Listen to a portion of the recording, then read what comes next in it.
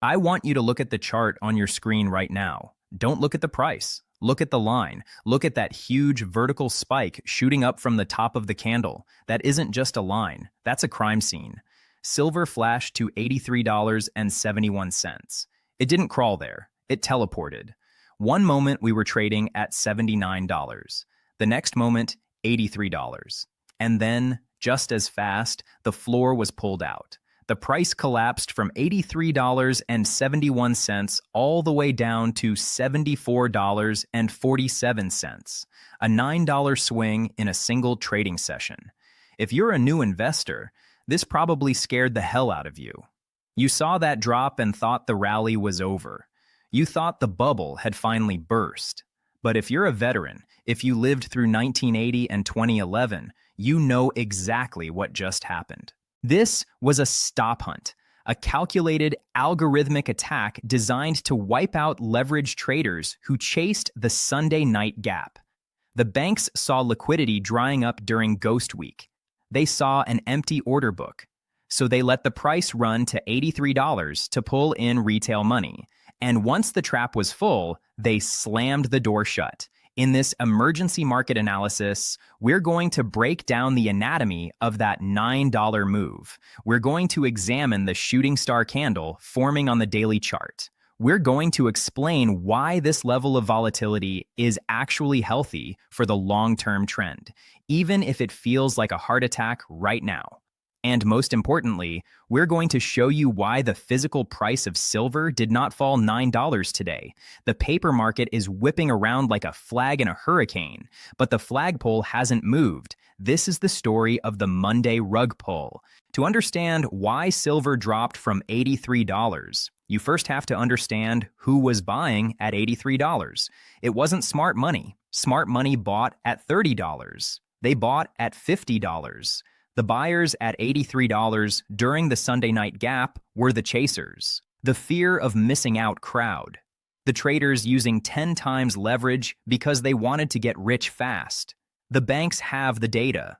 They know exactly where those traders place their stop-loss orders. A stop-loss is an automatic sell order that triggers when price falls. Most traders who bought near $80 placed their stops around $75, so the drop was engineered. The banks dumped a massive block of futures contracts at the top. That pushed price lower, $79, then $78, and then straight into the stop-loss zone at $75. Snap. Thousands of retail sell orders fired at once. The result was a cascade, a waterfall of forced selling. Price plunged to $74.47 purely because of liquidations. And who was waiting at $74 to buy it back? The same banks that sold at $83. They sold high. They forced you to sell low. And then they bought your position back at a discount. This process is called rinsing the leverage. It's brutal. It's unfair, but it's how the market clears out the gamblers before the next leg higher begins. Now let's look at the chart pattern itself.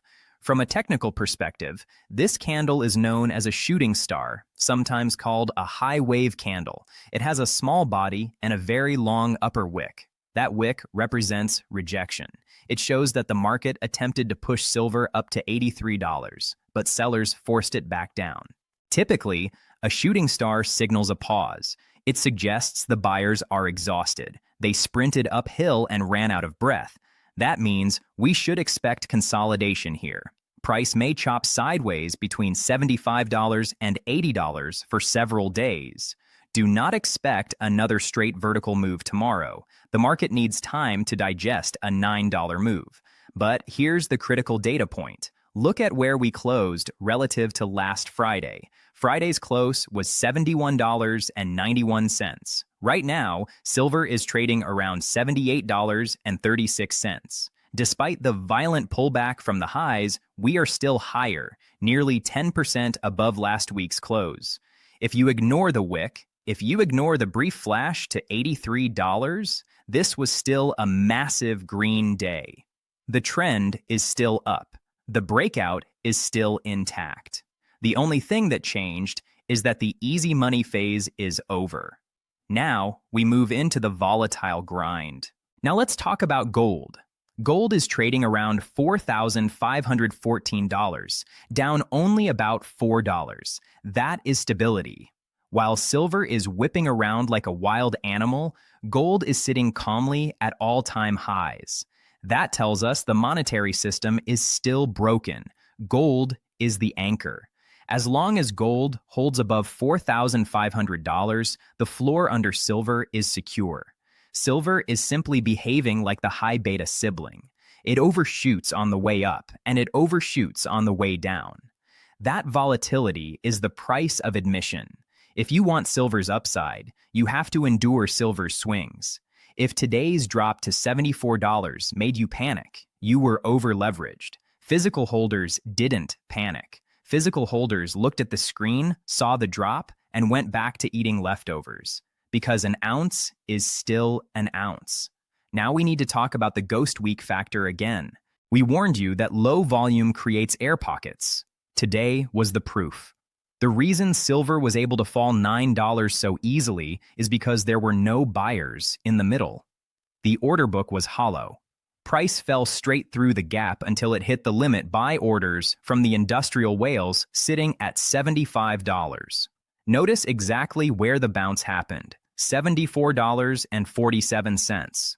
Why there? Because $75 was last week's breakout level. Old resistance became new support. The market tested that breakout, and it held. That is technically perfect behavior.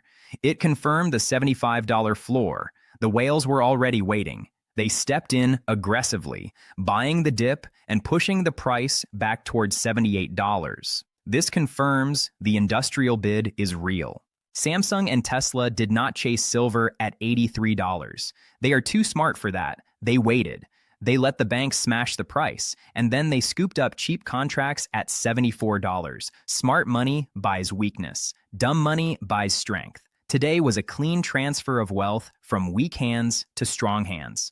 We're going to take this investigation further. We need to look at the physical market reaction. Did dealers lower prices when spot dropped to $74, or did they keep premiums high? And we need to examine the January setup. Does this shooting star candle damage the January effect, or does it simply create a better entry for pension funds? The rug pull was painful, but it cleared the deck. The leverage is gone. The weak hands are gone. Now the real market can resume. Stay tuned as we continue this deep dive. We're going to check the pulse of the physical supply chain. Do not let the volatility shake you out. Now we need to talk about the physical disconnect. While the paper price was collapsing from $83 down to $74, what was happening at the coin shops? Did dealers slash their prices by $9? Did they say, the futures market crashed, let's sell silver cheap? No. They kept prices exactly where they were. In some cases, they even raised premiums. This is the single most important signal for physical investors. The spot price collapsed, but the street price held firm. Why? Because dealers know the paper volatility is artificial. They know that if they sell a silver eagle at $78 and the price snaps back to $83 an hour later, they lose money. They are not willing to play the volatility game with their physical inventory. They treat physical silver as a stable store of value and the paper price as a broken casino. So if you were waiting to buy physical silver at $74, you probably missed it. That window was open for maybe 15 minutes. And even then, most websites were likely crashing or showing out of stock. This proves the dip was a paper event, not a physical one. There was no flood of physical selling. There was no line of people dumping bars. There was only a computer algorithm dumping futures contracts. This divergence matters. In a real bear market, physical holders panic and sell. In a manufactured stop hunt, physical holders do nothing. What we saw today was holding. We saw strength. The foundation of this market is solid concrete, even if the roof is shaking in the wind. Now let's look at the industrial reaction. Imagine you are the procurement manager for a solar company. You need silver. You have a budget. You saw the price spike to $83 this morning, and it terrified you. Then you watched the price collapse to $74. Did you panic? No. You celebrated. you immediately hit the buy button on your hedging software. That $9 drop was a gift to industry. It allowed manufacturers to lock in inventory at a discount before year end. They used the bank's manipulation against the banks themselves. The banks smashed the price to flush out speculators, but in doing so, they handed industrial users a cheap entry point. That is why the price snapped back so aggressively from $74 to $78. Industry stepped in. They absorbed the paper selling and converted it into physical delivery demand. This created a higher low. Last week, the floor was $65. This week, the floor looks closer to $74. We are building a staircase. The steps are getting steeper, but the direction has not changed. Up. Now let's talk about the volatility tax. Volatility is a tax on leverage. If you were trading futures, options, or margin today, you paid that tax. You got wiped out. But if you held physical metal, you paid nothing. An ounce is still an ounce. In fact, you gained information. You now know the market is capable of reaching $83. You have seen the potential. That flash to $83 was a glimpse of the future, a preview of true price discovery when suppression briefly loosens. Think of it like holding a beach ball underwater. For a moment, the grip slipped and the ball shot up to $83. Then the banks forced it back down to $78. But now we know how much energy is stored in that ball. $83 is not the ceiling. It is just the first stop. Now we need to look at the currency crosses. Silver did not just crash against the dollar today, it crashed against everything and then recovered against everything. Meanwhile, the dollar index itself remained relatively flat. That tells us this move was not macro-driven. It was not about interest rates. It was not about geopolitics. It was not about a policy announcement. This was an internal market event. Positions were simply too crowded on the long side. The boat tipped over, everyone fell out, and now the boat is floating again. This kind of cleanse is actually bullish for January. If silver had gone straight to $100 without a correction, the eventual crash would have been devastating. It would have ended the bull run for years. By flushing leverage now, by resetting open interest now, the market clears the runway for new money coming in January. And that new money, the pension funds we have talked about, they are happy. They did not want to buy at $83. They are far more comfortable buying at $78. Today's move made the market more attractive to institutional capital. Now let's talk about the psychology of the wick. That long upper wick on the chart is intimidating. It represents rejection. Technically, it means sellers overpowered buyers at $83. That creates a resistance zone. For the next few days, $83 will be difficult to break. Traders who bought the top are now bag holders. When price revisits $83, many of them will sell just to break even. That creates overhead supply, so do not expect an immediate breakout to $85. We need to work through that supply. We need consolidation. We need sideways trade between $75 and $80. We need time for the moving averages to catch up. This sideways chop is the hardest market to trade. It is designed to bore you. Volatility fades, excitement disappears, and that is usually when the next major move begins. But there is a wild card: gold. Gold is still trading around $4,514. It did not flash crash. It did not spike. It simply held. That stability matters. If silver's bull run were truly over, gold would have collapsed as well. The fact that gold is holding above $4,500 tells us the monetary premium is still intact. Silver just got ahead of itself. It ran too fast. Gold is the adult in the room saying, "Slow down, we are going higher, but not that fast." Now look at the gold to silver ratio. At $83 silver, the ratio dropped into the 50s. At $74, it jumped back towards 60. Now at $78, it sits around 57. The ratio is compressing, and the trend is still downward. That means silver is still outperforming gold. Even on a crash day, silver is stronger than it was a week ago. Last week, we were celebrating $65. Today, people are disappointed with $78. That shift in perspective is the wealth effect at work. You are frustrated, you are not getting rich faster, but you are still winning. Now, let's talk again about the bank solvency rumor. We mentioned the possibility of a Lehman-style moment. Did a bank actually break today? A move of nearly 10% suggests that someone was under serious stress. The crash from $83 may have been the forced liquidation of a long fund that became too aggressive, or it may have been a desperate short attack by a bank trying to defend the $80 level. If it was a bank defending $80, they burned a huge amount of ammunition. They dumped massive paper contracts to push the price down by $9, adding even more to their short exposure. They bought themselves one more day, but they made the next rally far more explosive. They kicked the can down the road, but the can is getting heavier. Now look at the volume profile of the move. The volume on the way up was massive. The volume on the way down was also high, but it was panic-driven. Panic selling rarely lasts long. It burns itself out quickly. Structural buying, on the other hand, can last for months. The buying we saw at the open and the buying we saw at the lows was structural. The selling was tactical. And over time, structural buying always beats tactical selling. So what is the strategy for the rest of Ghost Week? We have only a few trading days left before New Year's Eve. Liquidity will remain thin. What happened today can happen again. We could see a flash move down to $70, or just as easily a flash move up to $85. Without the adults in the room, the market behaves like a random walk. Your job is to stay out of the crossfire. Do not place stop-loss orders in this environment. If you had a stop at $74, you were taken out today.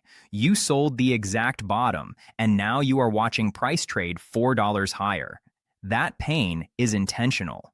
The only way to avoid it is to remove stop losses, trade small enough that you do not need them, or hold physical metal, where stop losses do not exist. Now, we need to focus on the monthly and yearly close. Wednesday is December 31st. The month closes, the year closes. If silver closes the month above $75, it will be the highest monthly close in history. That will print a massive green candle on the yearly chart, and that signal will go straight to the pension funds preparing for 2026. Even with a long wick, even with rejection at $83, a close near $78 is a victory. It locks in the January effect. Do not let intraday violence blind you to the inter-year trend. Volatility is the noise. Price level is the signal. We are trading near $80. If someone told you that 1 month ago, you would have said they were crazy. Now you are disappointed it is not $90. That is progress. In the next section, we will look closely at the January setup. We will analyze how algorithms interpret this shooting star candle. Does it scare them away, or does it look like a discount? We will also walk through the year-end checklist. What you need to do before Wednesday to be ready for the rollover. The rug pull was a test. You passed. Now it is time to graduate. Now we need to step inside the mind of the machine. Modern financial markets are dominated by algorithms, specifically commodity trading advisors. These systems control hundreds of billions of dollars, and right now they are staring at that shooting star candle on the daily chart and recalculating risk. To a human, a shooting star looks like failure. It looks like price tried to fly and got slapped down. But to an algorithm, it looks like volatility. And algorithms hate volatility. When a market swings $9 in a single day, risk metrics explode. The machine reads that as instability. Position sizes must be reduced. So over the next 48 hours, the algorithms are unlikely to buy aggressively. They step back. They let price drift. That creates the chop zone. Expect silver to bounce between $75 and $80 like a ping pong ball. Up $2, down $2, up $1, down $3. This chop is designed to destroy option traders. It drains time value from call options.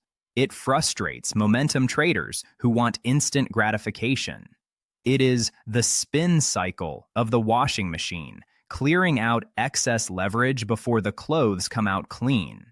But here is the key insight. Algorithms are short-term thinkers. They focus on daily volatility.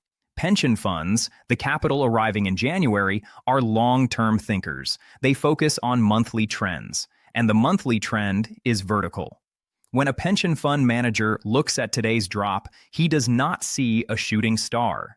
He sees a discount. He sees silver trading earlier at $83 and now available at $78. That is $5 saved per ounce on a $1 billion allocation. That is a win. Ironically, the rug pull increases the probability of the January effect. If silver had stayed at $83, institutions might have hesitated. It would have looked extended. At $78, it looks attractive relative to the high. The crash cleared the runway. The heavy jets can land. Now, let us talk about the monthly close. Today is Monday, December 29th. We have 2 trading days left in both the month and the year. Wednesday, December 31st, is the deadline. For technical analysts, the monthly candle matters more than anything else. If silver closes the month above $75, it will be the highest monthly close in history. That single candle will engulf more than 10 years of price action. That signal overwhelms daily volatility. It tells long-term trend followers that the bear market is mathematically over. It signals the beginning of a secular bull market, cycles that last 10 to 15 years. Those markets do not care about a $9 drop on a Monday, so the battle is simple. Bulls must hold $75. Bears must push price below $70. Right now, trading near $78, the bulls have a $3 buffer. They are winning. All they have to do now is run out the clock until New Year's Eve. Now let's look at miner psychology. Imagine you are the chief executive of a major silver producer, Hecla, First Majestic, one of the big names. You watched silver spike to $83 today. Did you rush to sell your production into the market? No. You saw the volatility. You saw the manipulation. And you understood that the market is broken. When a market is broken, producers stop trusting the exchange. They stop selling forward. They stop hedging. They hold the metal. What we are likely seeing right now is a seller strike from the mining industry. Miners are effectively saying, we will not sell our silver into a volatile, manipulated casino. We will wait until prices stabilize at much higher levels. That removes supply from the market at exactly the moment the banks need it most. Banks can smash the price to try to cover their shorts, but they can only cover if someone is willing to sell to them. If miners are not selling and long-term holders are not selling, then who did the banks buy from today? They bought from leveraged speculators who were forced out. The weak hands.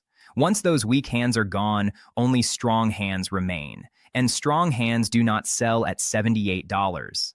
That brings us to physical inventory. This week, we need to watch the exchange inventory reports closely. In a normal market, a price crash sends metal back into the vault. Sellers panic. Inventory rises. But watch what happens now. I expect to see inventory outflows, even on a crash day. Why? Because industrial buyers, Samsung, Tesla, and the major solar manufacturers used the dip to take delivery. They saw a $9 drop and said, "Thank you, we will take 10 tons." That means physical metal is leaving the vault while the paper price is falling. That is a bullish divergence. It tells you the price is lying. The shortage is getting worse, not better. Now add geopolitics to the equation. The world is unstable. There are tensions in the Middle East, tensions in the South China Sea. Silver is a war metal, not just because it goes into missiles, but because it has no counterparty risk. If conflict erupts, stock markets can close, bond markets can freeze, banks can fail, but metal in a vault remains wealth. Ghost Week is when smart money hedges against year-end risk. What happens if something breaks on January 1st? What happens if a currency is devalued? capital moves into silver as a bunker. That safe haven demand puts a floor under the price. It prevents deep crashes. People would rather hold silver at $78 than hold cash that could turn into nothing if a bank fails. Finally, let's talk about the unit bias shift. At $83, silver is no longer seen as cheap. It is becoming a precious metal again. That changes buyer psychology. The bargain hunters leave, momentum traders arrive, and most importantly, asset allocators arrive. When silver was $20, it was too small for large funds. At $80, the market capitalization has roughly quadrupled. It is now large enough for hedge funds to enter without breaking the market. Higher prices attract larger capital. This is the reflexivity loop. Rising prices change the fundamentals, which then justify even higher prices. The crash from $83 was painful to watch, but it was necessary. It flushed out tourist money. It allowed institutional capital to step in, and it set the stage for the monthly close. As we move into Tuesday and Wednesday, expect chop. Expect banks to try to pin the price below $80 into year-end. But trends behave like rivers. You can build a dam, but if the water keeps rising, the dam eventually breaks. And the water is rising. We are closing out the most volatile day of the year. This is the final chapter of this emergency broadcast. We have dissected the flash smash that took silver from $83 down to $74 and then back to $78. We exposed the stop hunts. We analyzed the bank stress. We examined the strength of the physical market. And now, many of you are looking at portfolios that feel like a battlefield. Today's volatility was enough to make even seasoned traders feel sick. But if you are still here, if you did not sell the bottom, you are a survivor. And in a bull market, survival always comes before profits. In this final breakdown, we are going to run through the year-end checklist. We have 48 hours left in the trading year. This is how you prepare for the final closing bell of 2025. This is the final verdict on the shooting star candle. And this is the mindset you need as we head into January. The storm has passed. The ship is still floating. Now it is time to set the course. Item 1. Audit your leverage. If today's $9 swing made you feel physically ill, you are carrying too much leverage, too much margin, too many options. Use the next 2 days to de-risk. Reduce paper exposure. Shift toward physical metal or fully paid mining shares. January volatility will be even higher. You want to be in a position where a $10 drop does not force you to sell. Item 2. Watch the $75 line. This is your line in the sand. Today's bounce from $74.47 confirmed $75 as the new hard deck. As long as price stays above it, the breakout remains intact. If we dip into that zone again, it is an opportunity. If we break decisively below it, we reassess. For now, $75 is the fortress. Item 3. Ignore intraday noise. For the next 2 days, volume will be thin. Algorithms will print strange candles. Spreads will widen. Do not stare at the screen all day. Set alerts and step away. Chop exists to steal your attention and your capital. Now let's deliver the final verdict on the shooting star. Technical textbooks will tell you a shooting star is bearish. They will say it marks a top, but context matters. A shooting star at the end of an exhausted trend is dangerous. A shooting star at the beginning of a breakout, created by a low-volume holiday vacuum, is often just a speed bump. What we saw today was not a reversal. It was a liquidity test. The market tested $83 and found sellers. It tested $74 and found buyers. Now the market knows the range. We will trade inside that range until new money arrives in January. Do not let a single daily candle scare you out of a yearly trend. The daily chart is noise. The weekly chart is powerful.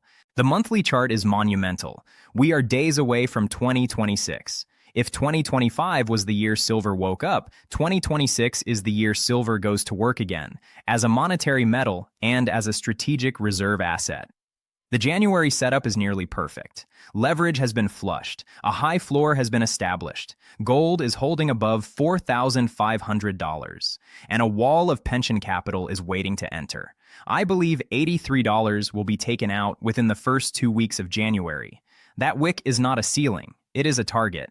Markets love to fill wicks. Price will return to that zone to see if sellers are still there. Next time, they will not be. They sold today. We are looking at a clear path toward $100. Whether it happens in the first quarter or the second quarter, the trajectory is locked in. The physics of supply and demand demand it. So here's the conclusion. Today was scary, by design. If this were easy, everyone would be rich. Markets force you to earn your gains by enduring volatility. You endured it. You held the line at $74. You are still standing at $78. You passed the test. The year is almost over. You are positioned in one of the few asset classes that protects against debt collapse while benefiting from the global energy transition. The hard part is done. Now let the January effect do the heavy lifting. Enjoy the new year. Keep your stack safe and get ready. Because if you thought today was wild, wait until the real money shows up. The rug pull failed. The trend is intact. The bull is alive, and it is angry. Subscribe.